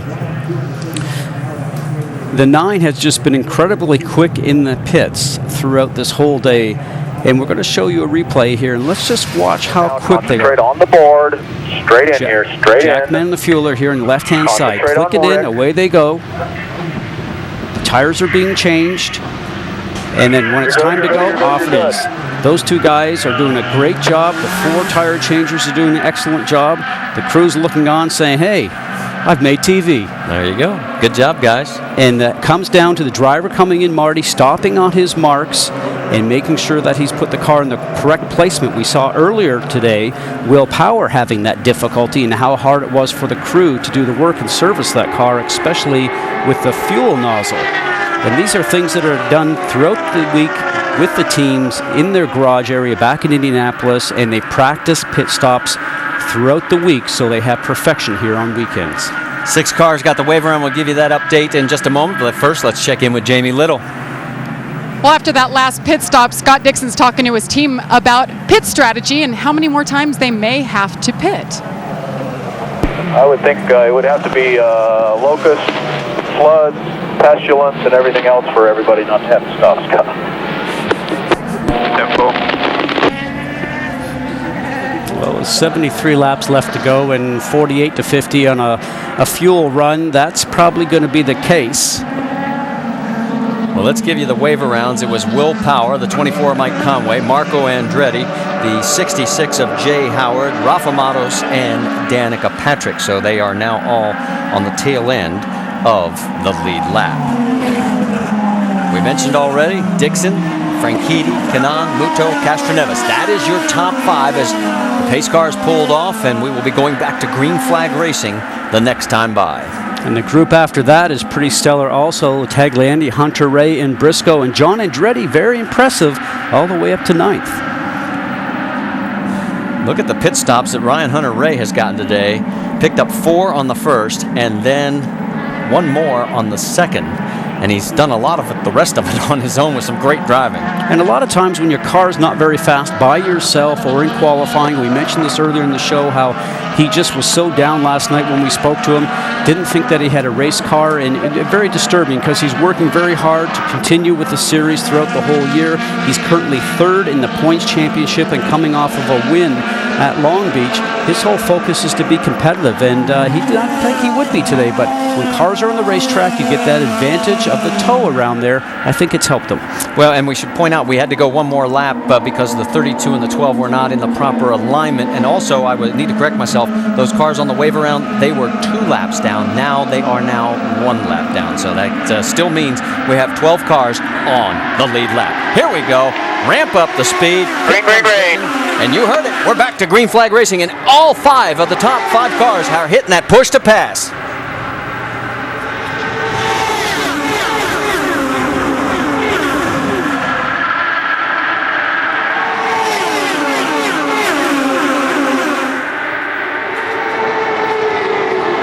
The top 3 sort of pull out like they have on the other restarts today. Further back, there you see Ryan Briscoe in the 6.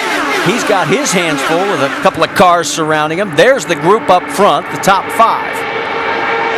And there's where you see your logjam, the 43, John Andretti alongside of Takuma Sato, and that is for position. And give Sato a lot of credit because he's not really had a great scenario so far this year as Tagliani now makes a swerving move and goes underneath Ryan Hunter-Ray. You see that black and white BMW car on the bottom. Ryan Hunter-Ray now on the high side, and if you're going to make a pass, if you can get underneath the driver in front, you might just get it completed. Vitor Meira in the 14, he's looking to go underneath. There's no room there because Sato is already in that spot. These 4 cars, side by side, on board with Andretti. That's Mario Marias, and Marias going by, so all of a sudden Andretti's car is backing up. And he is a driver who has used all his push-to-pass opportunities so far, has used all 20 of them. Maybe he might rethink that when he gets to the Indianapolis 500 next month, because in the scenario when you come down to a run towards the checker with only a few laps left to go, you want to have just a little extra possibility of pushing that button to get going. What's the latest on John Andretti, Rick? Well, early on, he was pretty frustrated with the car. He said he just couldn't pass anybody. He wanted a wing adjustment. But think about this. Once again, this goal race, his only goal was just to get laps down, to get comfortable, both with the team and with the car. All things considered, when you look at what he's doing right now in terms of how he's running, this is a very impressive trial run. Oh, and that was so close as you finish up. He went below the line, knew he was out of bounds, pulled out of the throttle, and then still almost ran up the hill. Well, as he goes into that turn, Marty, that white line, that's the hinge point between the banking and the flat of the track. And he certainly got not only caught on that, but the 2 cars in front just sort of washed out the front wing for him, and that car went up the road, and lucky to keep it going. And we need to correct one thing. Our data on John Andretti's push to pass is incorrect. So we don't know exactly. For some reason, it is showing 0, but that's not necessarily the case. We have been told by our data group. The others that we can have told you about are accurate. For example, Scott Dixon, our race leader, still has 18 pushes out of the 20 remaining. So Andretti continues running in 12th. He's the last car on the lead lap.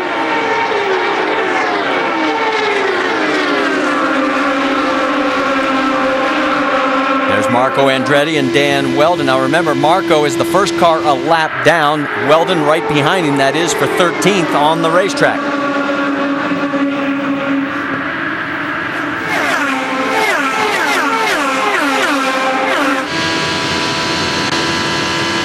Dan Weldon, we thought he might be fighting for the race lead. That has not been the case today. It has been all about Scott Dixon for 103 laps. Ryan Briscoe's led 31. Dario Franchitti has led 2. It's Dixon, Franchitti, Tony Kanaan now 3rd, Hideki Muto 4th, Elio Castroneves 5th. We go side by side.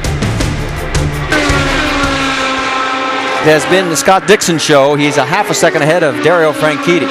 And Marty, since that last pit stop, we've had just about 22 laps, and I've been watching the speed here, and Franchitti's starting just to slow down just a little bit, like 1/10 of a mile an hour per lap, and this is when Dixon seems to be able to stay strong and consistent, and now we're starting to see Franchitti back up towards where he was before. Well, and that's been the trend all race long. He is stronger as the run gets longer. This is a great battle on the track right now for 4th. Hideki Muto has it. Ryan Briscoe wants it.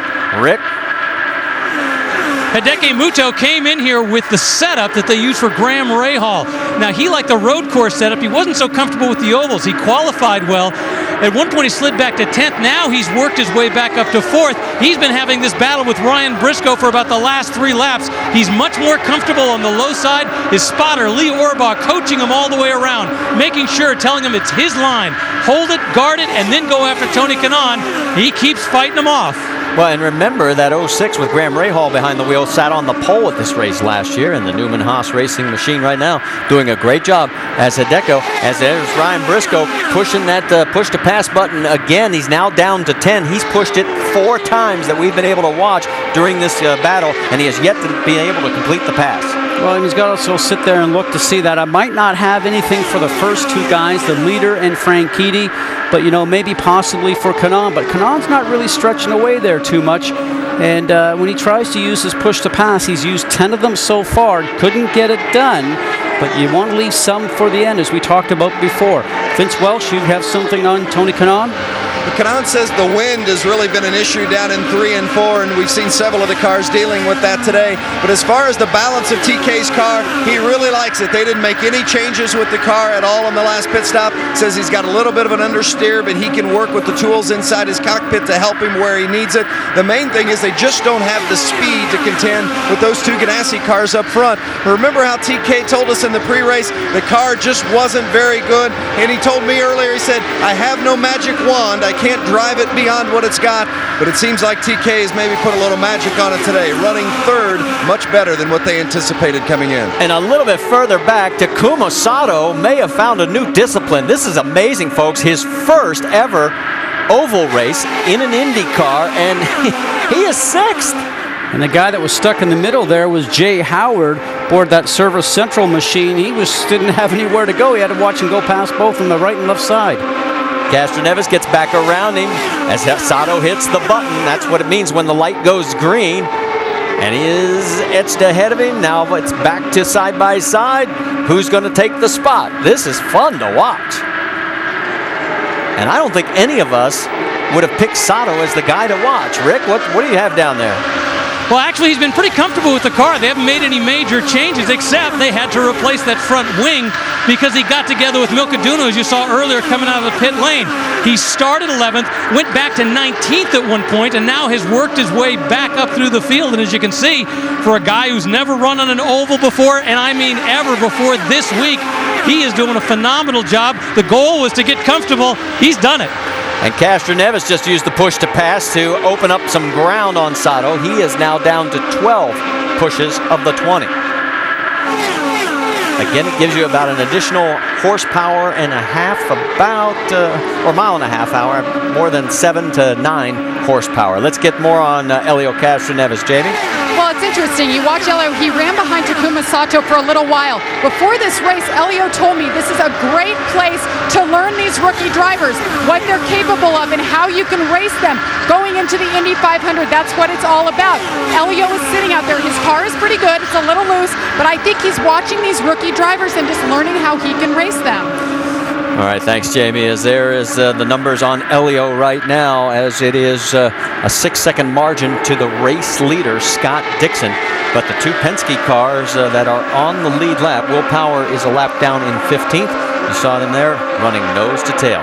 Everybody is trying to catch that man right there. Scott Dixon has opened up a 1.3-second lead over Dario Franchitti, and the window is now open for that final round of pit stops. So who's going to win this? A former winner in the name of Tony Kanaan started the day with a car that he wasn't really happy with. Dario Franchitti, defending series champion, or Scott Dixon, the man who won here last year at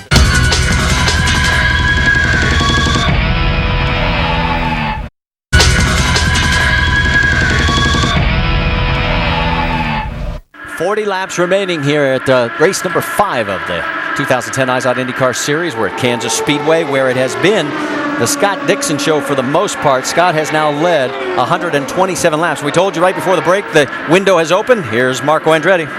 Maybe his car's not working well. Remember, he's also some laps down, so for him, maybe make the car feel a little bit better for him, make some changes, see if he can improve it, get some information for the race in Indianapolis. And Ryan Briscoe also peels off, and Jamie, his car got a little loose. He lost several positions right before this stop. And he did. Last pit stop, he put scuffed tires that he qualified on. That helped him to get up to speed and make a couple passes, but his car fell off pretty quickly. So they called him in, just going to put 4 sticker tires on there this time, brand new tires, fill it up with fuel, no adjustments for Ryan Briscoe. Pressure on these pit crews now because these green flag stops. As you look at Tony Kanaan and Hideki Muto, former teammates, now rivals, that is a battle for third on the racetrack. Muto really looking good today.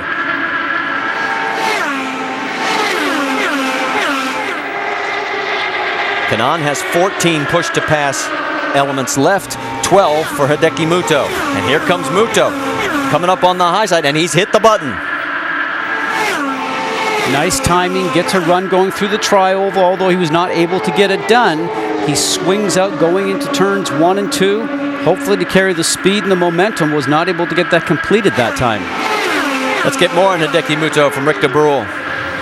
And I talked about the fact that his spotter was up there guiding him through. It's been interesting. He keeps talking about momentum. Make sure you don't lose your momentum. He said, get up on that gearbox, make him worry. Now he's trying to go around the outside. The goal, once again, whatever you do, don't drop back, don't lose ground to Kanaan. Make the move on him if you can, but what the team is telling him to do is at all costs, don't do something that's going to drive you up, make you go back so you lose touch with Tony Kanaan. And you saw they're 8 seconds behind the race lead, but don't feel bad. Everybody's behind the race leader by at least 2 seconds as Scott Dixon continues to pull out the longer this run goes.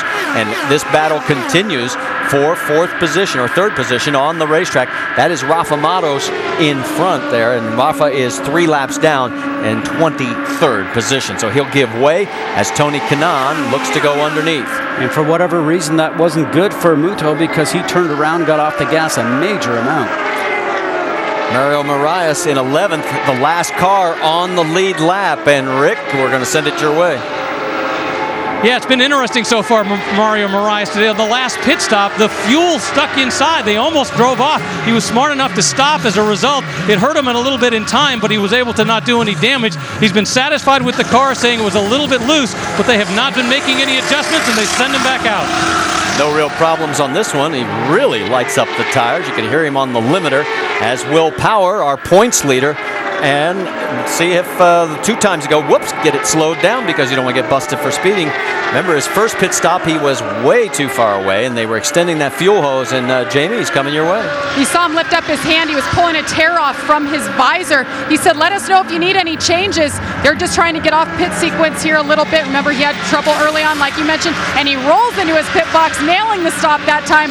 It's going to be fuel, 4-sticker tires, no changes, Will Power, down and away. 8.7 seconds, much better than 9.4 that we saw on the prior stop. Race leader, Scott Dixon, still out there. And he is in control of this race with 31 laps to go by 2.7 seconds now over Dario Franchitti. There is Ryan Hunter-Reay. He was running at about the 9th position as he came in for his last stop. He's got 4 fresh tires and enough fuel to get him to the last 26 laps. And here again, Scott Dixon still out there.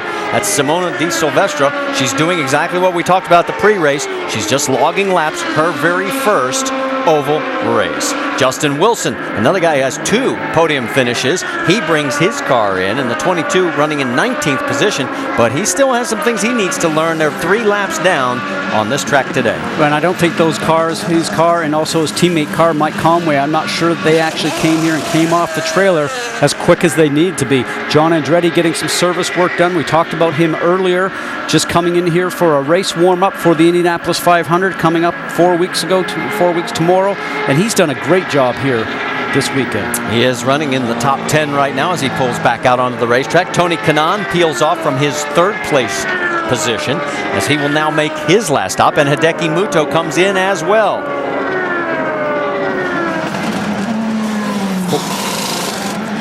Four tires, no changes it looks, and then Vince Welsh.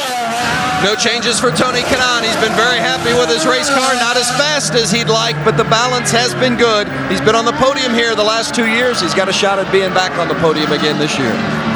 And he's out ahead of Hideki Muto. Here comes 2nd place as Dario Franchitti pulls in, Jamie. Well, Dario Franchitti mixed it up. They did not want to pit when the leader and teammate Scott Dixon pitted. No adjustments. Right side's there, you see, and he's down and away.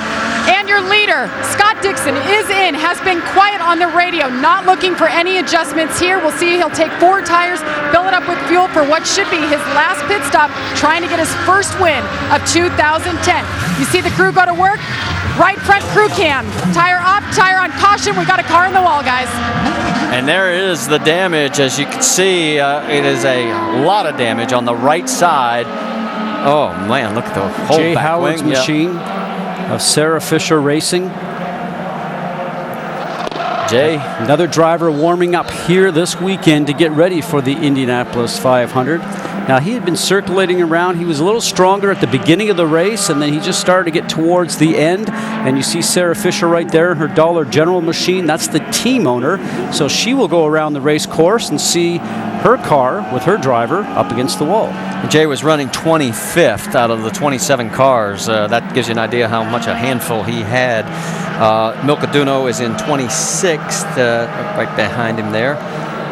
As EJ Vizo is the only car up to this moment that was officially behind the wall, out of the race with other damage. This is our third caution. As we mentioned before, the fewest cautions we've ever had here at Kansas was 2. And so now, with 21 laps to go, it will change all this last-minute leads that everybody had, because I'm sure Scott Dixon was hoping to come out with that big race lead. Well, in this scenario now, always a better race to the end after a yellow, because everybody gets to have an opportunity to watch the yellow car here on the high side in the frame. Actually, that's his car owner on the low side, Sarah Fisher. Now, for whatever reason, his car just starts to walk up the racetrack. Get another look at that, and you can see he's already hit it once, and here comes the second impact. And the momentum carries him all the way down towards turn number 1. And there you see the safety crew, and good sign. Jay is able to climb out of the car.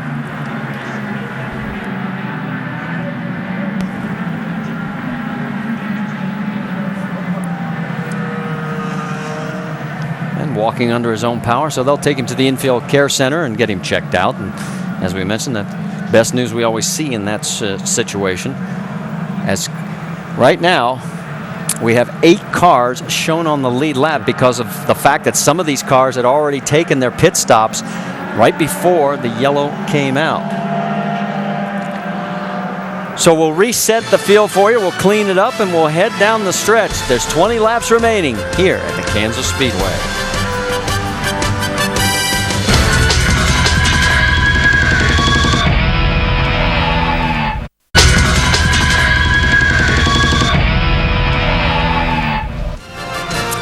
We're here at Kansas with a great crowd, but in 4 weeks we'll be at the greatest spectacle in racing. Does Helio Castroneves win his 4th Indianapolis 500?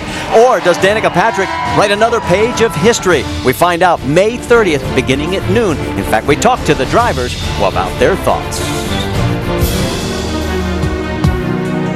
That race is so big and so special. The best moment is when you walk out onto the grid, when the driver instructions happen, you walk out there and the place is full.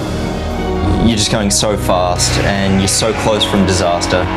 It's just being on that trophy. There's a lot of great names that have won that race. The greatest race in the world and the one that I want to win.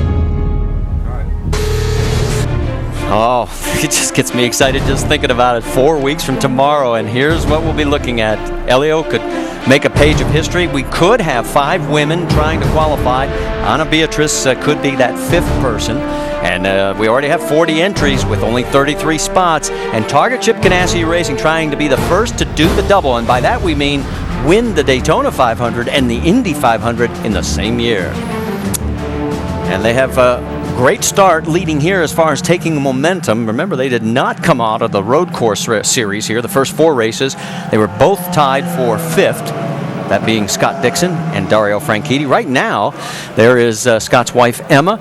Right now, if it ends this way, I mean, the points are going to get really tight. In fact, the top 5 will be separated by 42. That was the gap between 1st and 2nd coming in. When you talk about the points and the points championship, but when a driver goes to Indianapolis and a team goes to Indianapolis, you really don't think about points. All you're thinking about is your likeness on the Borg-Warner Trophy. And for all the drivers there, you're not really as conservative thinking about points throughout the race. It's a take all and go home, because you want to make sure you are going home with the trophy and the check that goes along with it. So for all the drivers, it's going to be an issue where qualifying is going to be exciting, Marty, because of the new format. The top 9 are going to go to a special format at the end of the day and re-qualify to see who takes the pole and the cash that goes with it. And I think that everything that's looking forward towards here is going to be excellent. Well, we look back from Dixon, Castroneves, Franchitti, the top 3, and there is Tony Kanaan. Let's get more from Vince Welch. Well, Tony Kanaan has 13 overtake options left here in the final 15 laps. Here's a little bit of strategy from Kanaan on what he looks to do on this restart. Is that where you want your rear bar? Yes, sir. On the outside. Then I'll be back. I'm playing Michael style. A lot of grip, and then I'll take it up a little bit. And one of the things that TK was hoping that he would get a little help from the car in front of him on this restart. Doesn't indicate that he's going to get it, though, as the spotters went up and down. And there are not many people wanting to work with TK. And he said, well, just tell him what comes around goes around. We'll see what happens. All right, Vince. And here's the big key. If you are going to get to Scott Dixon, you better get him now on the restart, because as the run gets longer, he has proven his car is stronger than everybody else's. And with only 15 laps left to go, it's going to have to be on your tail to be able to get an opportunity with that.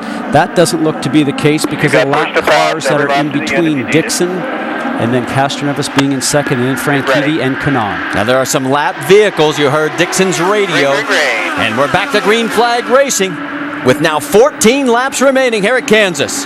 Oh, and a crash right as we go back to green flag. Oh, and Takuma Sato is in it again with Hideki Muto.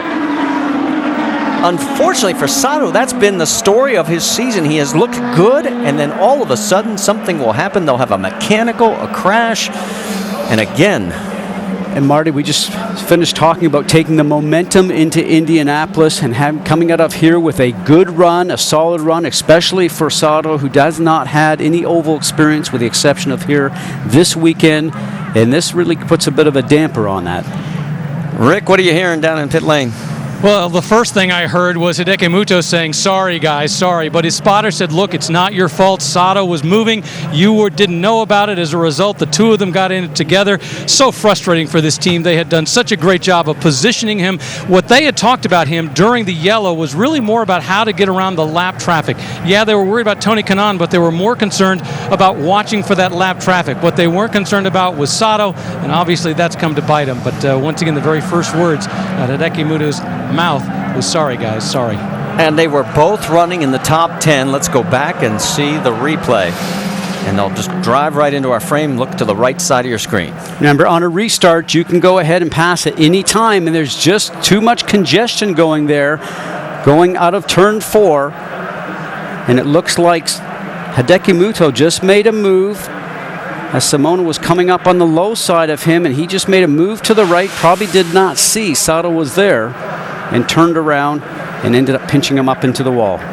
So the two will make the mandatory trip to the infield care center, but both climbed out of their cars under their own power. And so now what this means is that even a few more laps have dwindled by for all those hoping to get a shot at Scott Dixon. This is our 4th caution of the day. And you can see on the top of your screen, we are down to 13 laps remaining. Interesting on that restart, I was watching, and even Dixon pushed his push to pass, and just to get a little bit more horsepower, even though he had some lap cars behind him, he certainly knows that getting out in front and getting some distance between him and the car behind him, whether it's lapped or what have you, is going to be very important. Let's talk a little bit about one of the things we mentioned at the beginning of the broadcast. Target Ganassi Racing did not look all that impressive coming out of the first 4 races, and this was a turnaround for them. Here you are with Scott Dixon. If he leads the rest of this race, I mean, he's already led 155 laps, and you want to talk about a team's domination at a track. Since 2006, Chip Ganassi cars will have led 740 of the 1,000 laps if it stays this way to the finish. Well, very impressive, but it also tells you not only is the team back, but the frame of mind of Scott Dixon is back also. Certainly speaking to him throughout the beginning part of the season with the difficulties he's had and some of the mistakes that went on, and thinking about St. Pete's, also thinking about Dario, who you see here in the number 10 machine, making some mistakes, even at St. Pete's. You do that when you're not getting the results that you expect and that you expect to have out of your team, because when you drive for the top teams, there is a lot of pressure to perform and give results, and those guys felt it. Let's quickly get some update on the strategy. Jamie, you're with Mike Hull.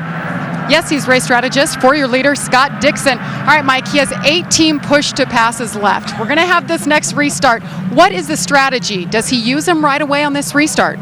Yeah, well, we don't need him for 18 laps, obviously. I don't know. We've just raced good all day. He's had a good car all day.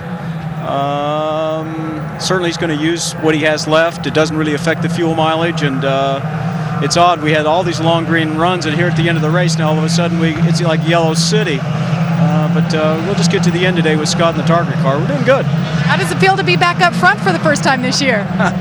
Well, we know we can race at the front, and we're racing against a lot of quality people here. And I don't think there's any surprises that the field is competitive. This is a competitive series, and we just wanted to come away from here with momentum going toward Indy, because for us the Indy 500 is very important. So Scott's done a great job today, and for that matter, so is Dario in the Suave car. So we're doing good. Thanks, Mike. Let's go over and check in with Vince.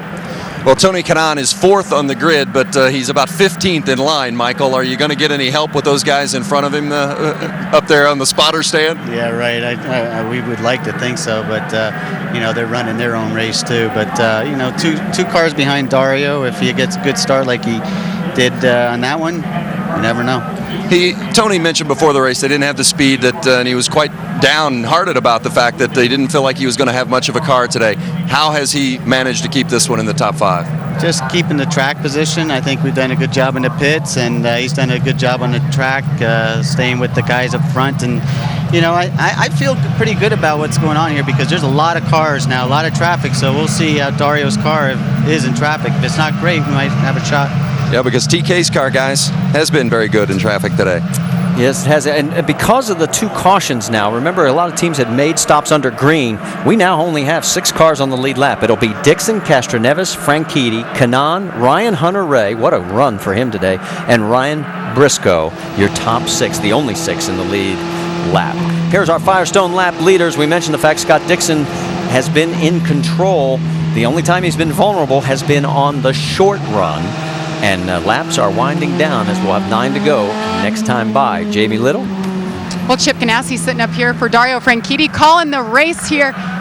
You guys have been battling your own teammate pretty much. What do you think? Does Dario have enough to take Scott Dixon, who's been dominating? Well, it's going to be pretty interesting here at the end, Jamie. There's a lot of the guys have push to pass, and with all this yellow, they've got, it's going to be push to pass to the finish here. So it's going to be pretty frantic. It should be good. Good place to be, right? Great place to be. Thanks, Chip. Marty? All right, thanks, Jamie. I'm thinking about Chip. When things are going well, you can always tell he's got that big smile on his face. In fact, he's a very happy guy right now.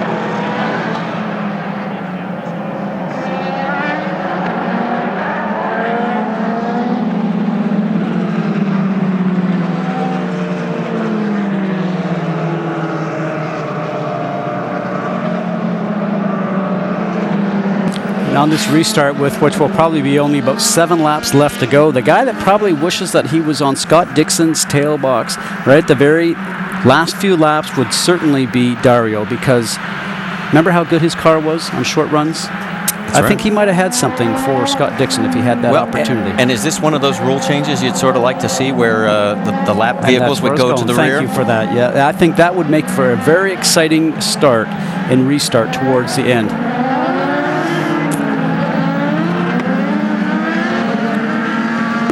See those numbers like Tony Kanaan, 14, Ryan Hunter-Reay, 7. That's the push to pass that they have remaining. And next time by, I bet you everybody's lit up as the laps are winding down quickly. Well, they'll push it, and they'll have to have that 10-second recharge time. They'll push it again, and when you have a restart and there's lots of traffic here, we're certainly going to see our board light up green. Let's listen in on Scott Dixon's radio.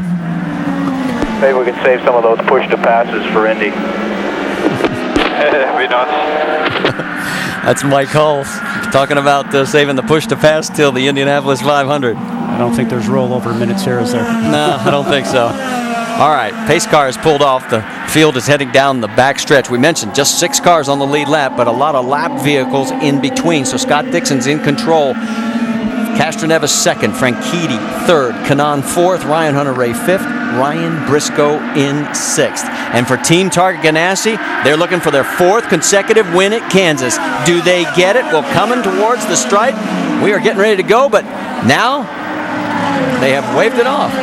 And there's so much debris on the race course, Marty. You saw it there as the drivers started to get going. It just seemed like there was still some pieces of shrapnel of carbon fiber and what have you. But what ends up happening here, too, is I think for the drivers that pushed the button to push the pass before they got towards the green, they've used up one of their segments there. There's some of the marbles that we were talking about. They did sweep the track after the second caution. And one of those guys that did use a push was our leader, Scott Dixon. So he only has 16 left. And I got to be honest, I don't think he's going to need him the way that car's been running. Well, we may have some deal making made. Like watch the 2 and the 4. Matos and Weldon, they may get out of the way. Let the chance for the race lead go as we're back to green flag racing here with now 6 laps remaining at Kansas.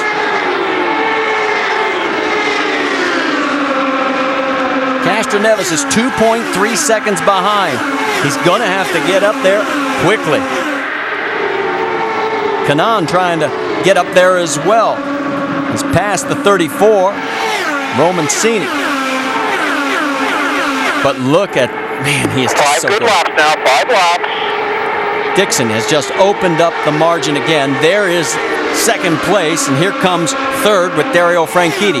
Castroneves trying to hang on to second. Well, Franchitti's setting his sights right now on Castroneves, who's just right on the front nose of his car, and will he get it down? He's in the preferred line on the low side. I'm surprised that Elio left that low side open. And Castroneves was on the button, and it's not helping because now Franchitti's using it.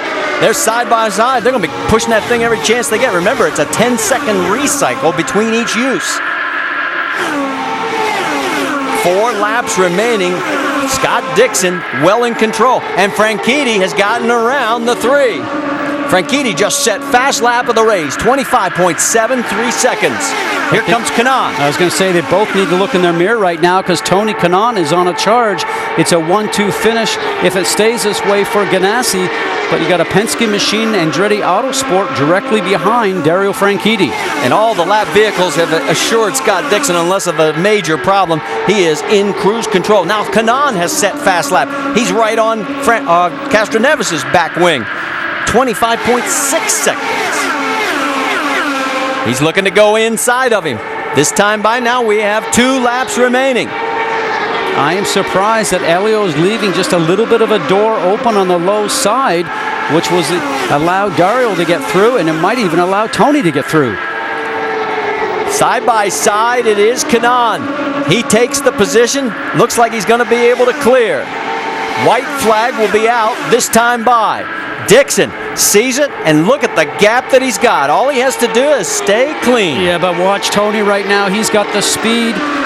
He's going high, he's going low, and Franchitti leaves that low line open just a little bit.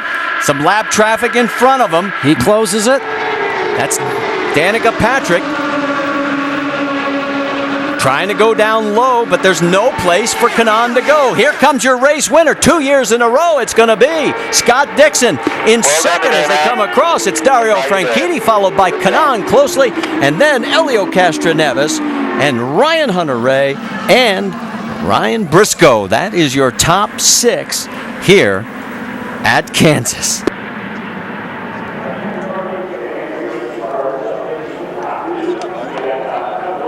A little difficulty getting the Hans device and the helmet combination off, but finally Scott does that. He led the last 150 consecutive laps today, and we mentioned Target Ganassi Racing since 06 has now led 74% of the laps.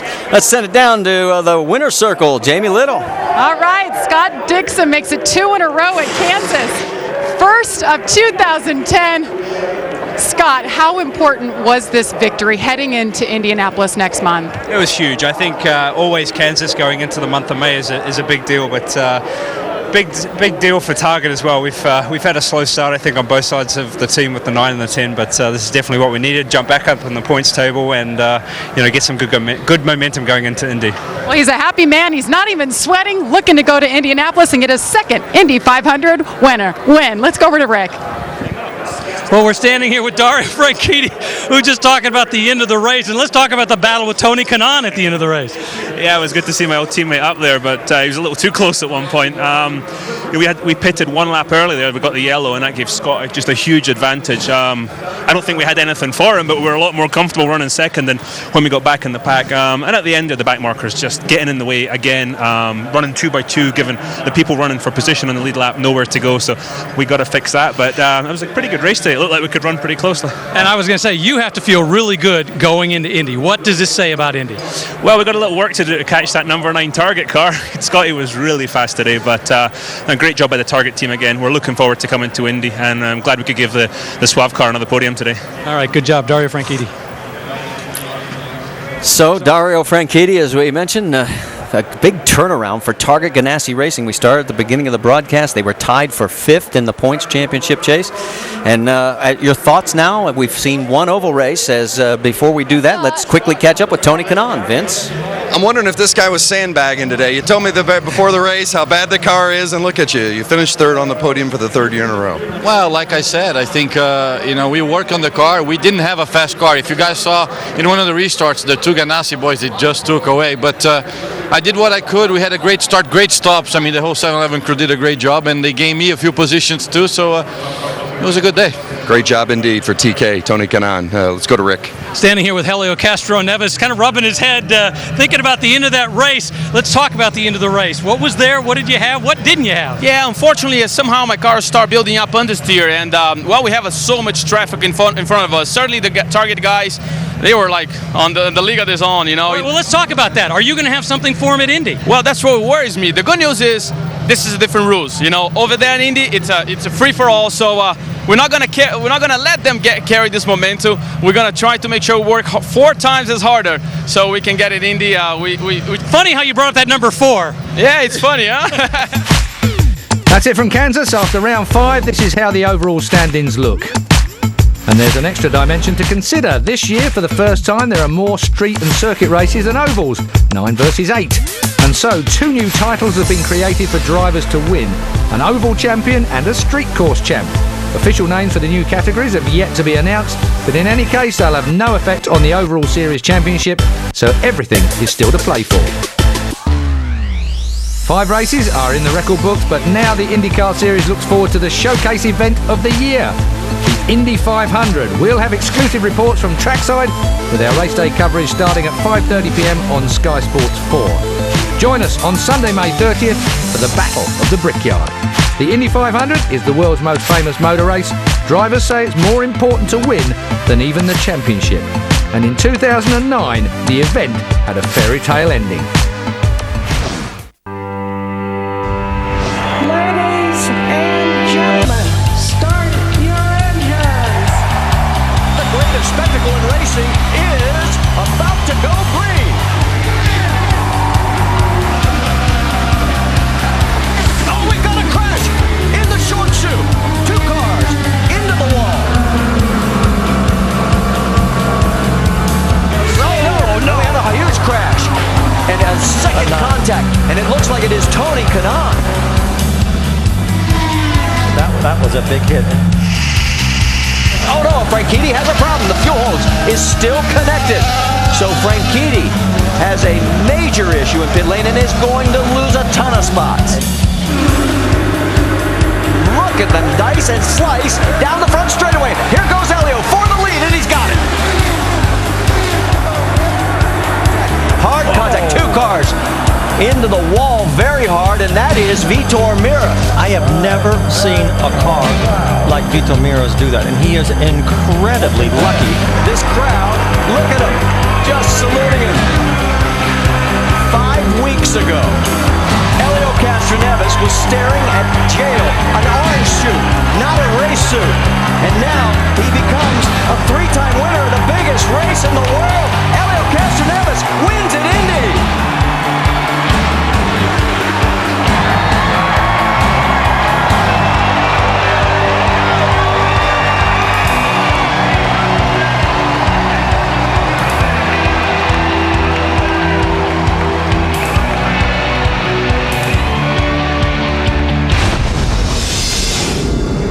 More sport, news, views and video highlights at skysports.com.